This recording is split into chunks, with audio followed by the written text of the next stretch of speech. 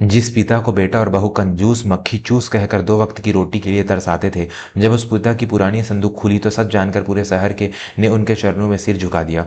बनारस के एक पुराने मोहल्ले में दीनानाथ जी का छोटा सा पुश्तैनी मकान था। दीनानाथ जी रेलवे से सेवानिवृत्त हुए थे। स्वभाव से बेहद सरल, कम बोलने वाले और सादगी पसंद इंसान। उनके कपड़े हमेशा साधारण होते, कई बार तो कुर्ते पर रफू भी किया होता था। उनकी चप्पलें घिस चुकी थी और पूरा चश्मा भी पुराना था, जिसकी कमानी पर धागा बंधा रहता था। मोहल्ले के लोग उन्हें बड़ी इज्जत की निगाह से देखते थे, लेकिन उनके अपने ही घर में उनकी स्थिति किसी पुराने बेकार सामान जैसी हो गई थी। दीनानाथ जी का बेटा सुमित और बहू कामिनी दोनों ही आधुनिक विचारों वाले थे और उन्हें दिखावे का बहुत शौक था। सुमित एक निजी कंपनी में काम करता था, लेकिन उसकी आमदनी से ज़्यादा बड़े उसके खर्चे थे। कामिनी को हर महीने नई साड़ियाँ, गहने और पार्टियों में जाना पसंद था। उन दोनों की आंखों में एक ही सपना था, शहर के पौष इलाके में एक आलिशान फ्लैट खरीदना। और इस सपने के बीच में सबसे बड़ा रोड़ा उन्हें दीनानाथ जी लगते थे। सुमित को कुछ पता था कि उसके पिताजी को सेवानिवृत्त पर अच्छी खासी रकम मिली थी, लगभग 50 लाख रुपए। सुमित और कामिनी की नज़र उस पैसे पर थी।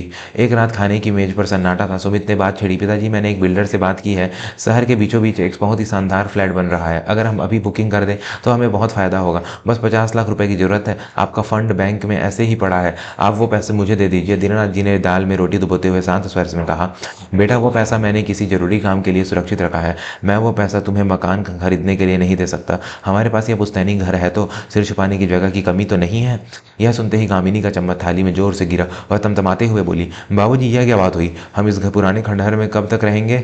मेरी सहेलियां जब मेरे घर आती हैं तो मुझे शर्म लाती है। दीवारों से पपड़ी झड़ रही है और आप पैसे पर कुंडली मार कर बैठे हैं। आखिर आप उस पैसे का करेंगे क्या? ऊपर साथ लेकर जाएंगे? सुमित ने भी पत्नी का साथ दिया, पिताजी कामिनी सही कह रही है, बुढ़ापे में आपको पैसे की क्या जरूरत? हम है तो आपकी सेवा के लिए, आप बस चेक साइन कर दीजिए। दीनानाथ जी ने दृढ़ता से मना कर दिया। बस उसी दिन से घर का माहौल बदल गया। जो बेटा बहू कल तक मीठा बोल रहे थे, अब वे दीनानाथ जी को दुश्मन समझने लगे। कामिनी ने रसोई में अपनी मनमानी शुरू कर दी। पहले दीनानाथ जी को समय पर गर्मा गर्म खाना मिल जाता था, लेकिन अब उन्हें बासी रोटियां दी जाने लगी। कभी दाल में नमक ज्यादा होता तो कभी सब्जी सिर्फ नाम मात्र की होती। सुबह की चाय भी अब उन्हें मांगनी पड़ती थी। एक दिन दीनानाथ जी ने कहा, बहू आज चाय में चीनी बिल्कुल नहीं है और रोटी भी बहुत कड़क है, चबाई नहीं जा रही। कामिनी ने तुनक कर जवाब दिया, बाबूजी जो मिल रहा है चुपचाप खा लो। घर में पैसा नहीं है चीनी घी खरीदने का। आपके पास तो लाखों रुपए हैं, लेकिन आप तो 1 रुपया भी घर खर्च के लिए नहीं निकालते, कंजूस कहीं के। खुद तो फटे कपड़े पहनकर समाज में हमारी नाक कटवाते हैं, ऊपर से नखरे भी चाहिए। दीनानाथ जी चुप रह गए। उन्होंने पानी के साथ सूखी रोटी निगली और अपने कमरे में चले गए। उनकी आंखों में आंसू थे, लेकिन उन्होंने अभी कभी किसी से शिकायत नहीं की। सुमित और कामिनी ने उन्हें कंजूस और मक्खी चूस कहकर बुलाना शुरू कर दिया। मोहल्ले वालों के सामने भी वे अपने पिता का मजाक उड़ाते। अरे क्या बताएं शर्मा जी, पिताजी के पास इतना पैसा है फिर भी एक नया कुर्ता नहीं खरीदते। हमें तो डर है कि कहीं पैसे बचाने के चक्कर में भूखे ही न रहने लगे। सुमित हंसते हुए कहता, दोस्तों कहानी में आगे बढ़ने से पहले अगर आप भी अपने माता पिता का सम्मान करते हैं और मानते हैं कि उनका आशीर्वाद ही सबसे बड़ी दौलत है, तो इस चैनल को अभी सब्सक्राइब कर लें और बेल आइकन दबाना ना भूलें। समय बीतता गया। दीनानाथ जी का शरीर कमजोर होने लगा, लेकिन उनका संकल्प नहीं टूटा।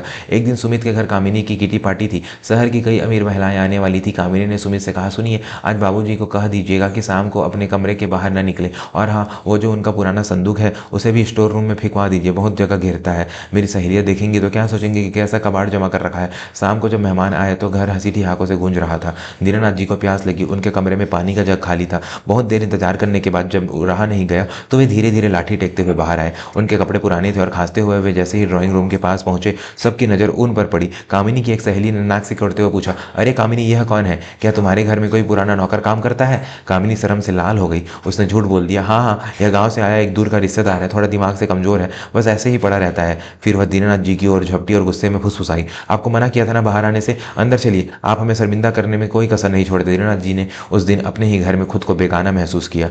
नौकर और दिमाग से कमजोर, जैसे शब्द उनके कानों में पिघले शीशे की तरह उतरे, लेकिन वे फिर भी मौन रहे। कुछ दिनों बाद शहर में एक बहुत बड़ा सम्मान समारोह आयोजित होने वाला था। शहर के सबसे बड़े चैरिटेबल ट्रस्ट द्वारा यह कार्यक्रम रखा गया था। पूरे शहर में इसके चर्चे थे। बड़े बड़े उद्योगपति और नेता वहां आने वाले थे। सुमित को भी पास मिले थे, क्योंकि उसकी कंपनी उस कार्यक्रम की प्रायोजक स्पॉन्सर थी। सुमित ने कामिनी से कहा, तैयार हो जाओ कामिनी, आज शाम को ग्रैंड होटल में फंक्शन है, बड़े बड़े लोग आएंगे। अगर मेरी जान पहचान किसी बड़े सेट से हो गई तो शायद मेरी नौकरी में तरक्की हो जाए, फिर हमें पिताजी के पैसों की जरूरत ही नहीं पड़ेगी। कामिनी ने अपनी सबसे महंगी साड़ी पहनी और सुमित ने अपना सबसे अच्छा सूट। जाते समय उन्होंने दीनानाथ जी के कमरे में झांका। वे अपनी पुरानी संदूक को खोलकर कुछ कागज देख रहे थे। सुमित ने ताना मारा, देखो तो बुढ़ा अपनी दौलत गिन रहा है। पिताजी इसे छाती से लगा कर ही रखना, हम जा रहे हैं, बाहर आने में देर होगी, अपना खाना खुद निकाल कर खा लेना। दीनानाथ जी ने मुस्कुराकर कहा, जाओ बेटा, खुश रहो, भगवान तुम्हें सद्बुद्धि थे। सुमित और कामिनी ग्रैंड होटल पहुंचे। वहां की चकाचौंध देखकर उनकी आंखें फटी रह गई। शहर का हर बड़ा आदमी वहां मौजूद था। मंच पर बड़े बड़े बैनर लगे थे जिन पर लिखा था समाज रत्न सम्मान महा समारोह। कार्यक्रम शुरू हुआ। एंकर ने माइक संभाला, देवियों और सज्जनों, आज हम उस महान व्यक्तित्व को सम्मानित करने जा रहे हैं जिन्होंने अपनी पूरी जिंदगी की जमा पूंजी और अपनी पुश्तैनी जमीन बेचकर हमारे शहर में अनाथ बच्चों के लिए सबसे बड़ा स्कूल और कैंसर के मरीजों के लिए मुफ्त अस्पताल बनवाया है। लेकिन उनकी महानता देखिए, उन्होंने आज तक अपना नाम गुप्त रखा था। आज पहली बार बहुत जिद करने पर वे हमारे बीच आने के लिए राजी हुए हैं। सुमित और कामिनी की तालियां बजा रहे थे, वह सोचते हुए कि कोई बहुत बड़ा करोड़पति सेठ होगा। एंकर ने जोर से बोला, मैं मंच पर आमंत्रित करना चाहूंगा सादगी की मूरत और दानवीर श्री दीनानाथ जी को। जैसे ही यह नाम गूंजा, सुमित और कामिनी के हाथ हवा में ही रुक गए। उन्होंने एक दूसरे को अविश्वास से देखा। दीनानाथ, यह कोई और होगा, सुमित बड़बड़ाया। लेकिन तभी मंच के पीछे से एक बुजुर्ग व्यक्ति धीरे धीरे चलते हुए बाहर आए। वही घिसा हुआ कुर्ता, वही धागे से बंधा चश्मा और हाथ में वही पुरानी लाठी। हाल में बैठे हजारों लोग उनके सम्मान में अपनी जगह पर खड़े हो गए। तालियों की गड़गड़ाहट से पूरा हॉल गूंज उठा। सुमित और कामिनी के पैरों तले जमीन खिसक गई। यह उनके पिताजी थे, वही पिताजी ने वे कंजूस और नौकर समझते थे। शहर के कलेक्टर साहब ने आगे बढ़कर दीनानाथ जी के पैर छुए और उन्हें शॉल उड़ाकर सम्मानित किया। माइक दीनानाथ जी के पास लाया गया। उनका गला रुंधा हुआ था। उन्होंने कहा, मेरे पास जो कुछ भी था वह समाज का दिया हुआ था। मैंने रेलवे में 40 साल की नौकरी की, जब रिटायर हुआ तो सोचा कि इस पैसे का क्या करूं। बेटा अपने पैरों पर खड़ा है, उसे और पैसा देकर अपाहिज क्यों बनाऊं। मैंने देखा कि गरीब बच्चे इलाज के बिना मर जाते हैं, शिक्षा के बिना भटकते हैं, इसलिए मैंने अपनी ग्रेच्युटी, अपना फंड और गाँव के जमीन बेचकर यह अस्पताल और स्कूल बनवाया।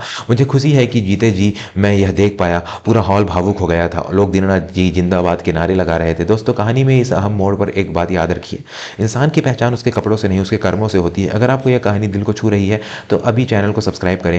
हमें आपके सहयोग की बहुत ज़रूरत है। मंच पर कलेक्टर साहब ने पूछा, दीनानाथ जी, सुना है आपका परिवार भी है, क्या वे आज यहाँ आए हैं। दीनानाथ जी की नजरें भीड़ में सुमित और कामिनी को ढूंढ रही थी। वे दोनों भीड़ के पीछे दुबके हुए थे। शर्म के मारे उनका सिर नहीं उठ रहा था। वे उस पिता की नजरें नहीं मिला रहे थे जिसे उन्होंने 2 वक्त की रोटी के लिए ताने दिए थे।